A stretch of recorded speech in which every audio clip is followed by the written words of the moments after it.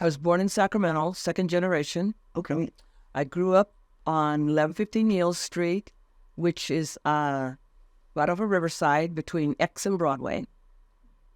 Yeah. I went to William Land Elementary School. From there, California Junior High School. From there, Sacramento High School, which I was in McClatchy's district. But because my mother went to Sacramento High, I wanted to go to Sacramento High.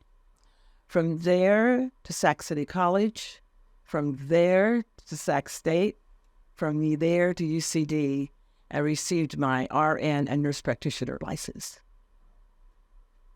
Second generation Sacramento, but we don't have like that in that era. That's very uncommon.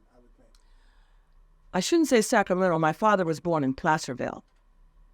So that's Even more uncommon. Yeah, more phenomenal. And my grandparents moved to California in the early 30s. So my mother was a teenager when she came to Sacramento. That's what made her go to Sacramento High School. Tell us about you first meeting Gino Gladden.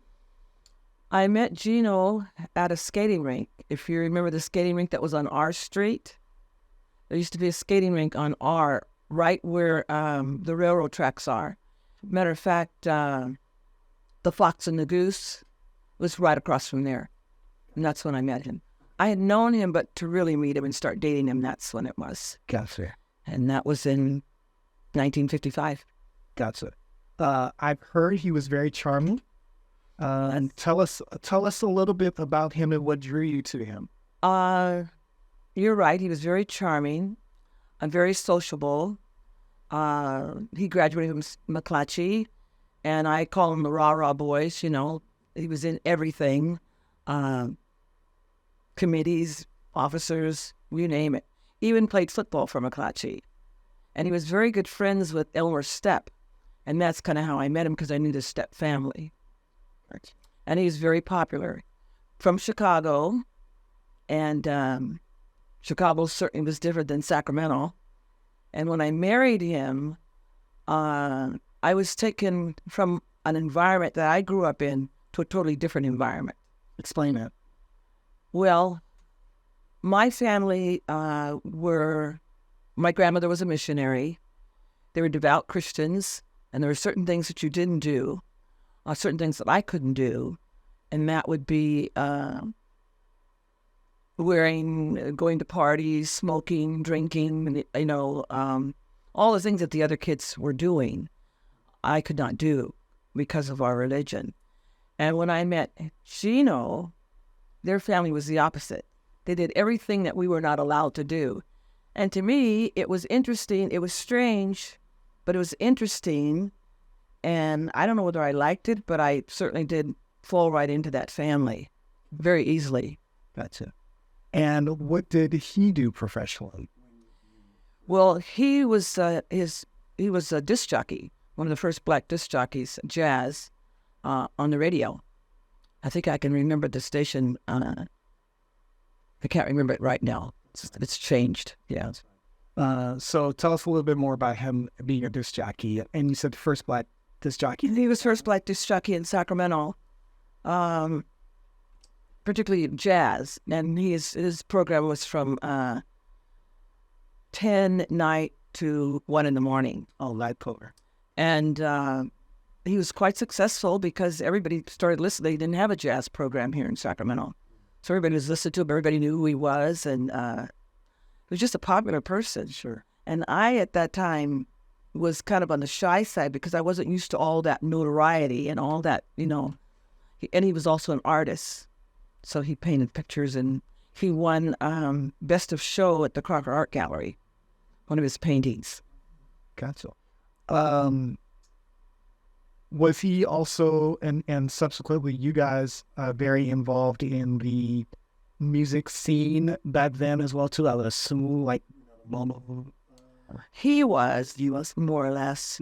I think where I got really involved in it was when we started going to the Monterey Jazz Festival.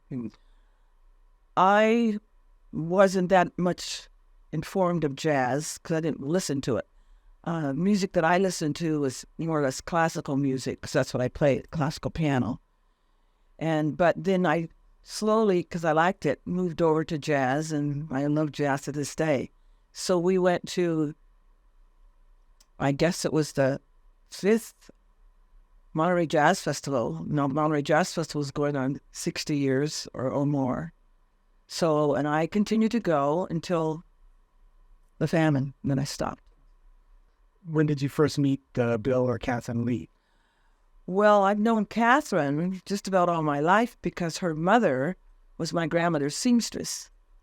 And so her brother Don and I were closer in age, so we were really good friends.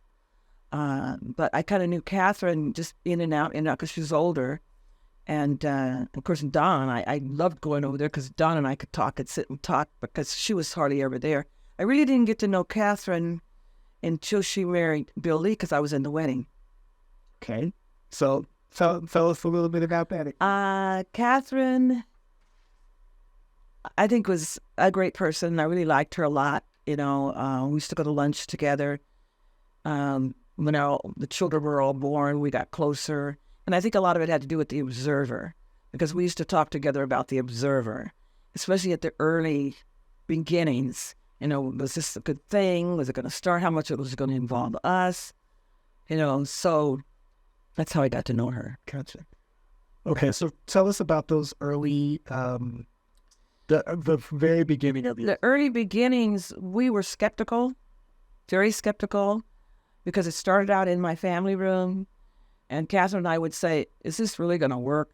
I don't know. That's how we were talking. I don't know. It was their thing, and we weren't going to be any kind of a disruption, because if they thought it was going to work, then we thought it was going to work too. They didn't have any kind of any. We were anxious because we didn't think it was going to work, but they knew it was going to work, so we just believed it, and it did. Now, I've heard this description about the three of them, Billy, John Cole, and General Gladden, about how they all kind of had different strengths. And tell us a little bit about their different strengths and how they worked together for the start. I think Bill was probably, out of all three of them, was the more intellectual, more business, no foolery, totally about business. Where Gene was kind of a little foolery, liked to joke around and have fun. And of course, John was entrepreneur. He was always looking for something to get into. So with those three, it really worked out because John was the one that got the advertisements. He was really good with it. He worked for the Sutter Club. He knew a lot of business people, so he was very good at getting the advertisements. Gino played the part of the kind of the social butterfly that brought the humor and the getting the paper out, selling the paper. He was good at that. And of course, Bill was the administrator. He wanted strictly business, which he was. And that three, I think, made a real good trio because they were different, but they all had the same goal in mind. Yeah. And none of them had any newspaper experience. None of them. So when it first started, and you mentioned earlier, the paper preceding it was The Outlook, and Reverend Muse sold The Outlook to the group that did. How many papers did they do as a group with the issues of The Outlook? Do you remember? I don't think they did any. I've heard they did one. That's all I did. I don't remember. I just think they did any. I think really because there was difference of opinion, but John and they were more alike. They wanted this to happen, and they knew how they wanted it to happen. Bill knew exactly what he wanted and how he wanted to present the paper. At first, he didn't want crime. He didn't want crime in the paper. He didn't want any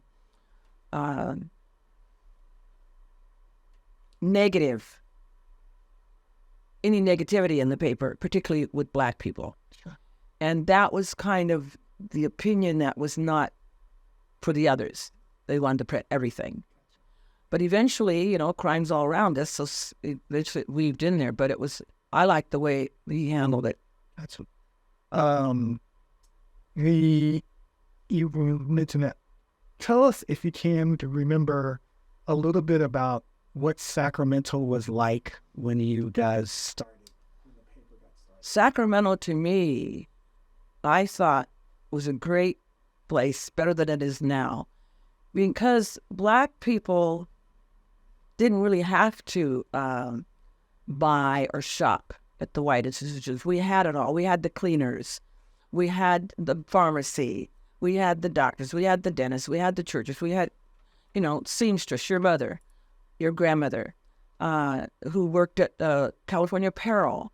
There were businesses that we could go to and never had any problem until later in life. There were certain places, and I realized that it wasn't that we couldn't go, we shouldn't go because we weren't wanted. But I never thought of, and the thing is, the way I was raised, which I tell people, which is interesting, I really didn't know about racism. I didn't know anything about that because my family never talked about the difference between us and them.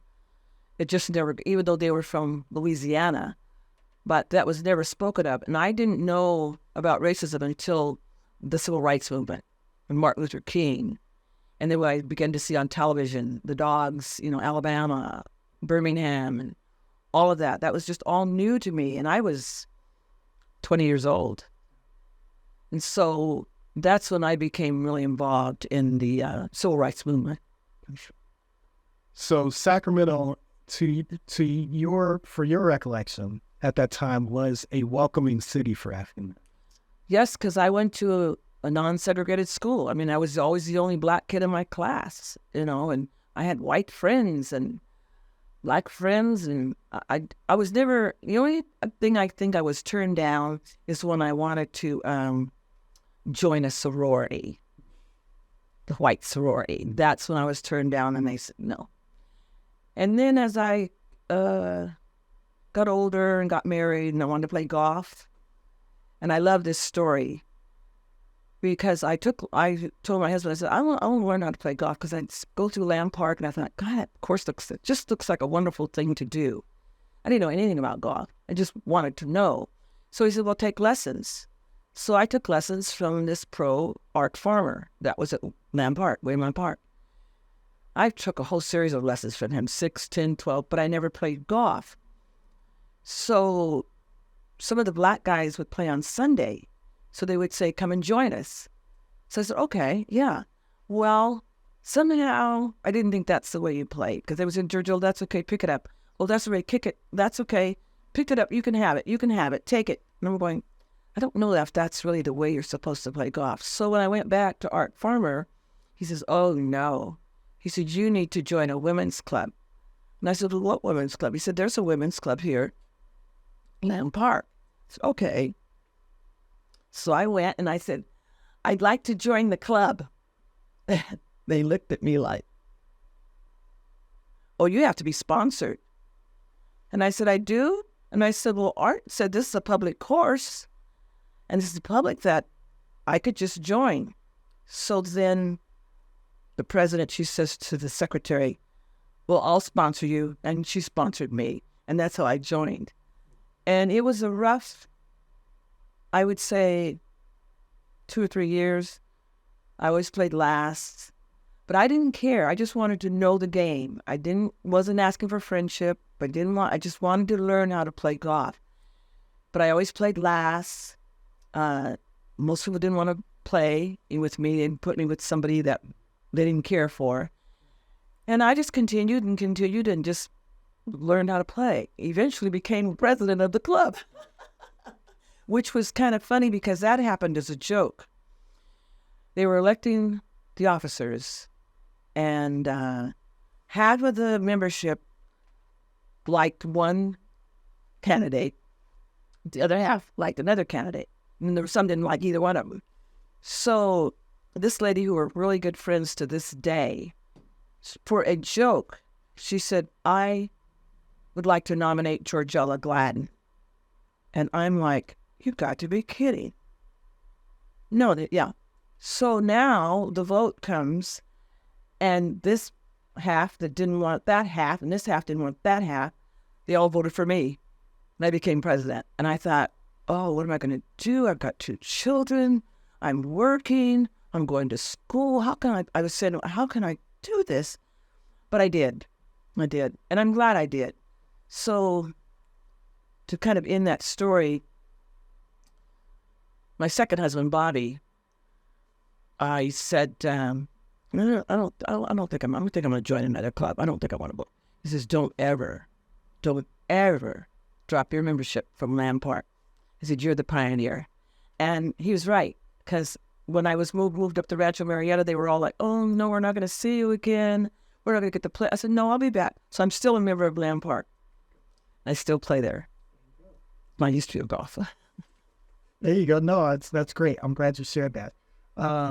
Because that, again, just try to get a sense of what Sacramento was like and during that time.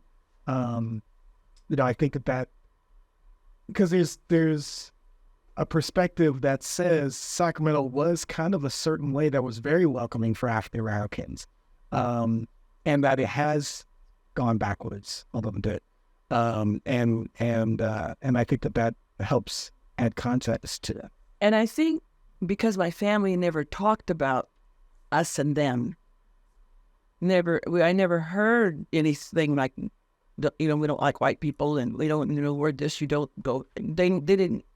If they did, they talked among themselves. And I never knew what that was until I was 20 years old. And everybody goes, you're kidding. I'm going, no, I didn't.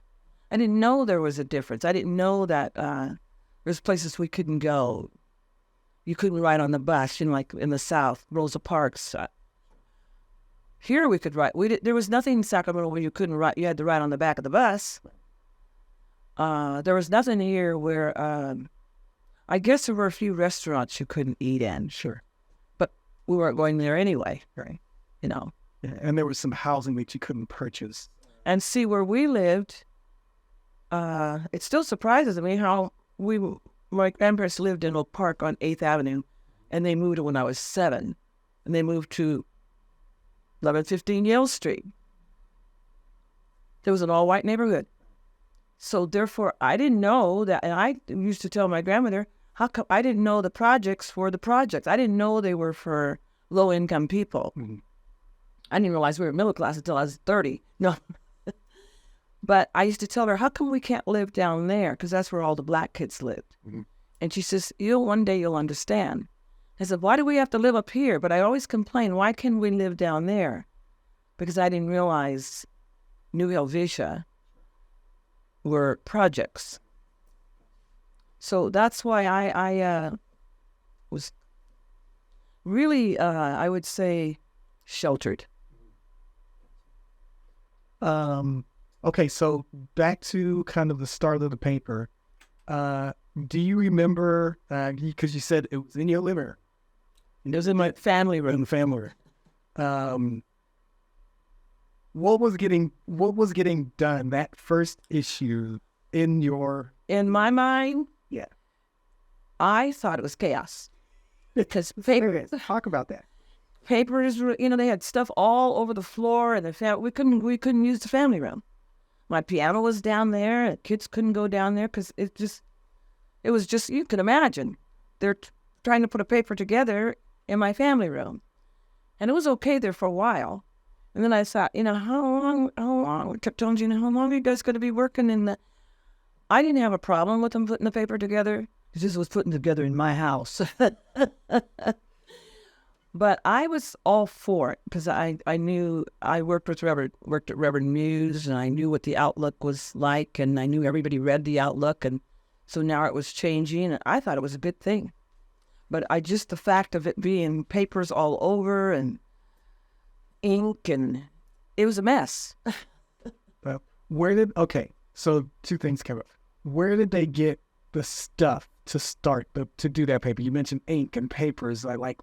Do you remember? I think it was Bill Lee and John and Jean. Somehow they got all that stuff together. Because I was raising kids and working. I was going to school, and Well, they were doing their thing and I was doing my thing. And it wasn't until the paper got off the ground and really going, then because I don't know whether Lois, was it Lois was the first social commentator. And then I think she left. And then Catherine and we talked and I said, Joe, you could do it. I said, oh, yeah, that'd be fun. And I loved it because it was like everybody's name wanted to be in the paper. Everybody wanted to be seen. And so I was invited to all these different parties, and they'd come up to me, now, Georgella, you really didn't see me. I said, yeah, right. And the next thing, their name would be in the paper, and they loved it. So I think, I really believe that my article encouraged a lot of women readers to read it, and men too. Sure. Because they would always mention it to me. I read your article. Yeah. I want to come back to that. So I want to go one step earlier, a lot earlier. You mentioned earlier that you helped Reverend Muse. Tell us about your relationship with Reverend Muse and what you did. Okay. His office was right up the street from where I lived. And you know where Belshire Florist was? Do you remember that? Mm-hmm. His office was there. Okay. And so it was easy for me to walk up the street and type. I just typed what he was going to put in the paper. So I was his typist, me and Marilyn Thames was his typist. And so he paid us 25 cents an hour, which was great, and we loved doing it. And I guess I did it till I got married. You were about how old do you think when you started? I think I was like 14. Yeah. 14. Gotcha. 15. And then it was amazing when he sold it. And here I am, had worked for Reverend Muse. And then my husband was part of the Observer, and I thought it just fit. Yeah, what an amazing. It was amazing transformation. The outlook, and you have to forgive me because I'm obviously not of age, but the outlook, how frequently was it? Once a week. It was once a week, okay. And it was a small paper. It wasn't the size of the Observer. Gotcha. Just a small kind of a leaflet, like mainly for the churches and certain civic activities. I really didn't read it that much. It seemed like a paper for older people. And when you're 14, there's nothing in there listening to you. Gotcha. Okay. All right. So fast forward to the messy family room. How long did the family room stay in that way? And then tell us about the transition into getting an office. I would say it was about 3 months. And I think they were there every day. Even though they all had their own jobs. They all had their own jobs. But they'd come in the night or in the morning or whatever, especially on the weekends, getting it together. And I wasn't in there to listen to what they were taught. I was, and when I'm trying to think where the first office was. X in 21st at X. Yes. When they moved there, that was the happiest day of my life. And your mother said to me, she's glad it was you and not me. I said, yeah. But I always was very happy that it was getting started. Because working for Reverend Muse, I knew how this paper was going to be far more progressive than his little paper was. So you saw that early? You could tell that early? Well, because of the people, of Bill Lee and Jean and John. How could it go wrong? Gotcha. They were all entrepreneurs and profession in their own right. Gotcha. Okay, so help us understand the timing and the unfortunate passing of Gino, and how that impacted the group. Oh, quite a bit. Sure. Quite a bit, because it was, in a way, it was kind of sudden. He got sick. There's a heart disease gene defective in that whole Gladden family. And just about all of them have passed away with the same thing he had, which is congestive heart failure. Even my daughter. So it's just a gene that passes through that Gladden family. And how we found it out, there was a Dr. Kenneth Johnson, I think. he went to him because he was not feeling well.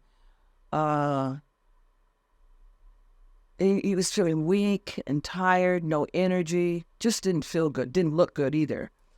So Dr. Johnson said, you have a heart condition. And being that Gene was a veteran, he advised to send him to, what's the Veterans Hospital? Travis? No, starts with an M. Martinez. Oh. Martinez. Sent him to Martinez, and that's quite a ways. And so he never came back home. He was there, and I think he was there for a couple of months, and then he passed away. Now, if they had the type of treatment for hearts they have now, he'd probably still be alive. But, they have heart transplants, they have all that good stuff now. But they did then. And that was quite an impact on the whole Sacramento, because everybody knew him. And it was an impact on the paper, too, because Bill and John depended on him. He was kind of the one that was the advertisement himself. He would be carrying around papers and passing them out and get a paper, He was the mover and shaker of the group and the comedian. So I think it left an impact on him, and I don't know how the paper did it slide. I don't think it took a slip at all, and it just continued on the same plane, and probably after John left, then Bill just I don't know whether he was still working, but he quit his job. He quit everything and put his whole life into that paper. And that's, thank God for him, because that's a success that it made. Sure. How old of a man was Gino? 33. 33 years old. So here you are. So, children. 2 children. Working. Going to school. Yeah. Tell us a little bit about how, obviously you weren't prepared for that. Nobody could ever be prepared for anything like that. No, what did you do immediately? My immediate reaction is, what am I going to do? We're talking about funeral, I didn't know what to do. And I just always thank God for Mrs. Jones, Grace Jones of Morgan Jones. I tell Charles to this day, I don't know how I got through that without her. I really, really don't, because I was 25 years old and my husband died with 2 children. What do you do? I didn't know the first thing to do. So she immediately stepped in and she said, don't worry about a thing. I'll take care of everything. And she did, from the beginning to the end. And I just couldn't thank her enough, because after that, the deaths were easier for me. But that one was a really shocker, because no one expected it. We didn't expect, and we were there. His sister and I were there when he passed away. That's in Martinez. So Martinez. He had a big family. Big family. Half of the family lived in Chicago, and half lived in Sacramento. His grandmother, his father, his mother, his brother, and his sister, they all lived in Sacramento. And they all lived, it was funny because when we bought our first home, there's so many things I didn't know. How you buy a house, I was so young. And we bought our first home, and he bought it within the family, El Cerrito way they lived on 60. Everybody lived right around the block from each other, which was good because his grandmother helped babysit the children. Sure. No. And was his family supportive when you were out getting paths? Very supportive. Very supportive. Matter of fact, so much so, which I regret to this day, because my children felt they were more Gladdens than they were Allens. And that's my side of the family. And they didn't know my side of the family as well as they knew Gene's side of the family. And the reason for that was because I didn't want the family to think now that I would take the children away and they would not get to see them whenever I felt like it, So I wanted them to always be with the Gladden family. But then as they got older and, grown, I realized I should have split it up, but I didn't know how, because I figured, they're going to know my family. But they really didn't know them as well as they knew the Gladden family. And I'm sure people have that when someone family member dies. Yeah. But they were very supportive, yes. So you, following that, you kind of focus in on your own... That's when I had to get down to the nitty gritty, and I thought, okay, I was an LVN. Okay. I was working in surgery, and I was doing the same thing as the RNs were doing. And it just came to me, why am I doing, and I was getting less pay. And now from that point on, I had to make money because I had to support the children. I had to pay the mortgage. No help. So thank God for Mama Susie, that was his grandmother, that babysat for me, and because I was going to school and working. So I was an LVN. So now that's where I transferred to state and got my RN. Still working, still raising children, going to school. But then when I got my RN, I thought, So I worked privately for Dr. Lovell, who was a cardiovascular surgeon. I was his scrub nurse. Now they had an opening at Sac State. They were advertising for minority nurses, which I thought, that's strange. Minority nurses? And I thought, that might be a good job because I have the summers off, and it probably an easy job. So the doctor I was working for, he said, you don't want to work there. And I said, yeah, I do. He says, well, okay, I know the administrator. I'll call her. So he called her. So she said, tell her to come in and I'll interview her. And she says, she hired me right there on the spot. And I said, I can't work right now. I said, I've got to get organized, get the kids set. And, so she said, well, you can start working in September. That was after the summer because kids were out of school. And that's where I retired from. And then they're the ones, but the nurse practitioner thing came into view, because people didn't know what a nurse practitioner was. They sent me to UCD. And that's how I got my master's and my degree in being a nurse practitioner. So it all worked out. And then you kind of, like you said, this is what I want to come back to, is you kind of came back to the Observer as a columnist. Yes. Tell us a little bit about how that came back. I know you mentioned it a little bit, but let's do it. Yeah. I think when Lois, if she was the first social columnist, and she quit or stopped, for whatever reasons, I don't know. And I think it was Kathy, your mother, that said, well, Georgella, you could do it. And I'm going, really? Yeah, she's just right.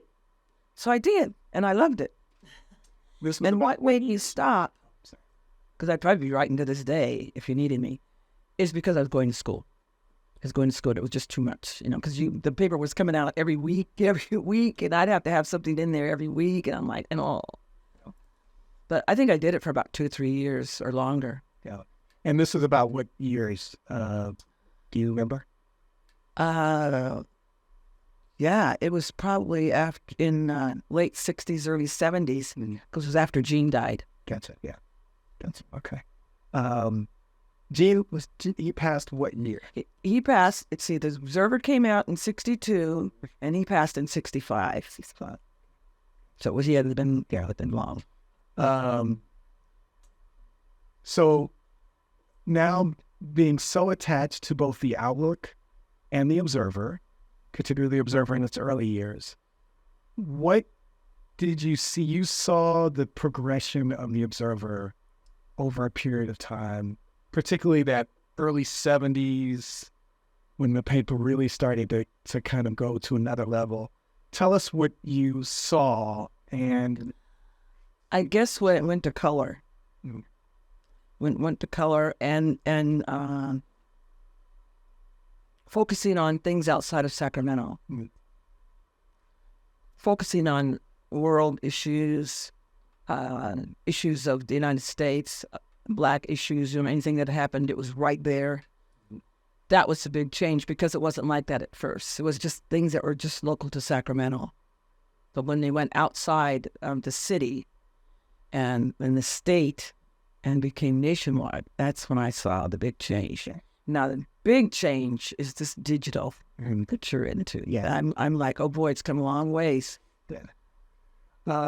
I always contend, and I've said this about the paper's history, is that because you said something, I think that's really significant. There was a time, obviously before the internet, all that the Observer brought Black America to Sacramento every week for that exact reason. All these world and national issues, and we were able to publish them and show them to the local community about what was going on in other Black communities. And then when the internet came, more and more people have more access to the national news. And what we've done is had more focus on local. And we say we take the local and share it with the world now. And that's by design. I mean, that was intentional. And I always thought that we did a masterful job of doing that national coverage. But at one point we had to change that because we couldn't compete with anyone if we were doing national news. It's those, yes. So I appreciate you even kind of seeing that and saying, as we come into our 60th anniversary year, what would you like people to know about the Observer that maybe they don't know, or what would you love to make sure that people don't forget about the Observer? The beginnings. It just didn't happen overnight. The hard work, and how it has evolved. And now what I like so much, it's another generation of the same family. And I like that when you see generations, when you see companies that it started with the grandfather, now it's the father, now it's the son, it's the generations and how it's passed on to you. And how you, out of 3 sons, just glommed onto it. Just took it. Just a natural thing for you to do. That's what I appreciate. And that's what I'd like for the people to know. It just didn't pop up overnight. For the newcomers, the Observer's got 60 years. That's a long time. I think that's the longest a Black newspaper has been in Sacramento. They've had others before the Outlook. But I'm sure you know that, but didn't last that long. And the Outlook, I don't know how long that was in existence. Probably, 10, 15 years? Yes. But now we're going into 60 years.